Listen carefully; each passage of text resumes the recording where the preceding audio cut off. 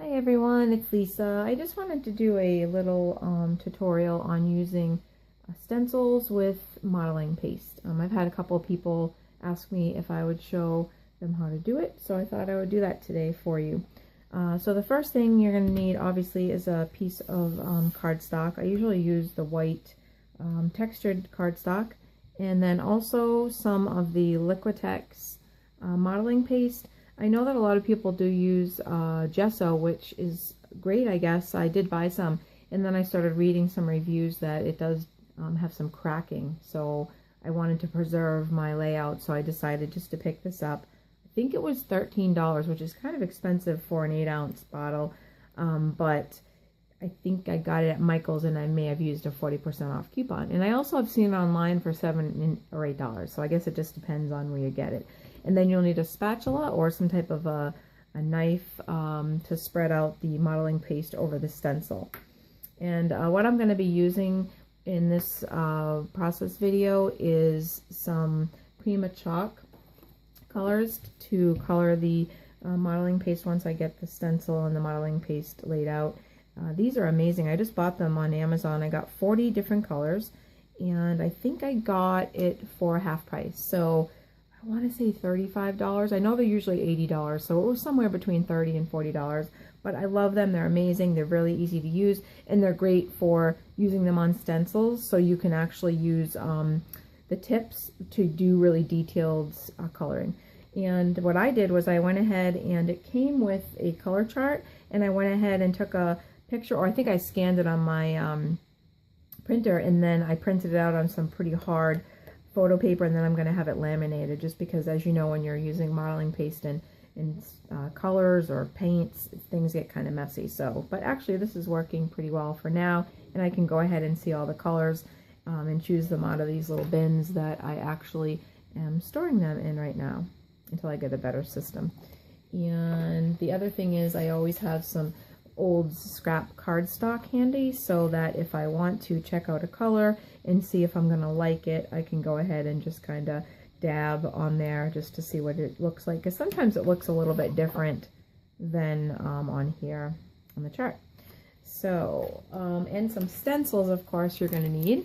I have several stencils. I don't have too many, but I have Tim Holtz, which are awesome. I love these. And then I have these other ones which I think are pretty creative, by Jamie, Jaime, and I think I got these at scrapbook.com. But I think the one that I'm going to use today is this little garden theme one, because I can kind of add some different colors and show you how to do that. So I'm not sure how much these cost. I think they're a few dollars, but they're pretty thick. I like these. They're pretty thick and they hold up really well. So I'm going to go ahead and start to get some modeling paste. And the one thing I wanted to say about the modeling paste is that it dries out really fast. I'm using an actual spatula from my kitchen, which it's the thin, small one, and they're pretty cheap, and they work awesome.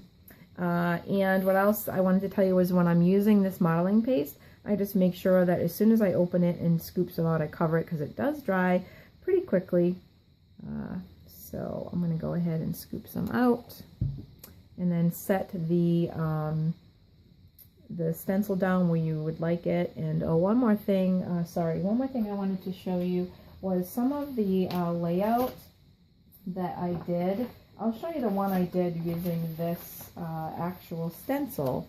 So this is a layout that I did, and it's my son's wedding, and I did actually just kind of use those Prima chalks to color in some of the little butterflies and the grass, and you can see you can kind of play with it, and it's a lot of fun. So that's one of them. And then one of my other ones is one that I just did, and I wanted to kind of copy this burlappy looking background. So I used the actual Tim Holtz, I think it's called Burlap. And that worked out really well, and it was a lot of fun to color. That was one of the other ones, so you can place the stencil wherever you want, just to give your layout some texture and some added dimension.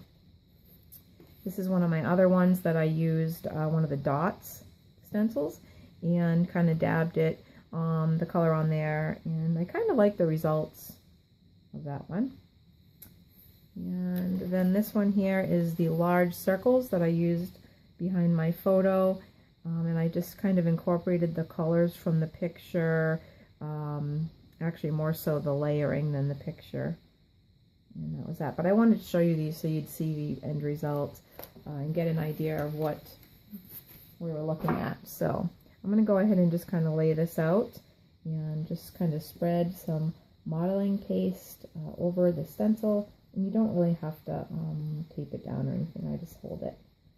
And depending on what I found, and I'm not an expert with this obviously, what I found is that depending on how thick and how much texture you want and how much detail is in the stencil is pretty much how thick you want to put on the modeling paste. So this one has a lot of tiny details, so I was going to try not to put it on too thick and kind of scrape it off as I go so I can spread it over some of the other areas. Like that.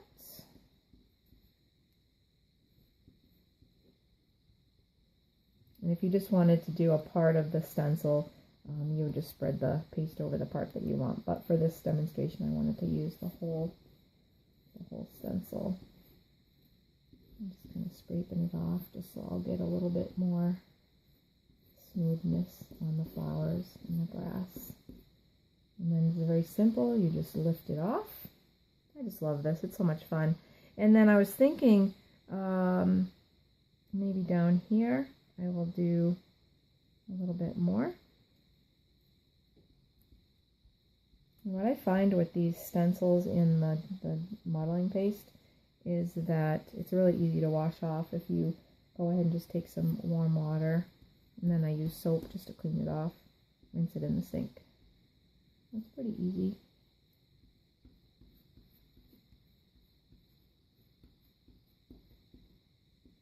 Really a little bit goes a long way with this modeling paste.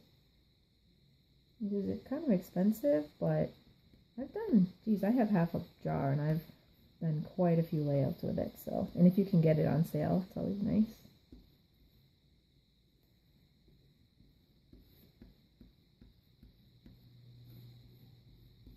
Alright, and I always, sorry, it's a little messy. I always save the extras.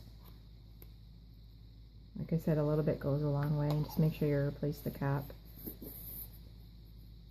Okay. So now what I like to do, since I'm pretty impatient when I'm doing a layout, is I like to use my heat gun from my embossing supplies, and I just go ahead and dry it. So don't mind the noise, it's kind of loud. It just allows you to work with it right away if you're impatient like I am and you want to get things done. I find sometimes the paper does warp a little bit, but I guess it's all part of the design. It dries pretty quickly, which I love. So you get that nice textured look. It's raised up a little bit, give you some dimension.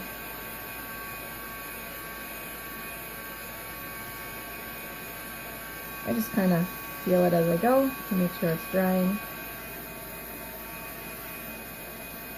You could probably use watercolors and other mixed media to add some color to the stencils. I just, for some reason, love the Prima chalk inks. And since I'm a member of Scraptastic, we do get I have gotten one free. I don't know if it's every month, but I have, so I don't know if it's all the time. One free color every month, so that's kind of nice to build up your supply if you don't want to buy all the colors. It seems to be pretty dry.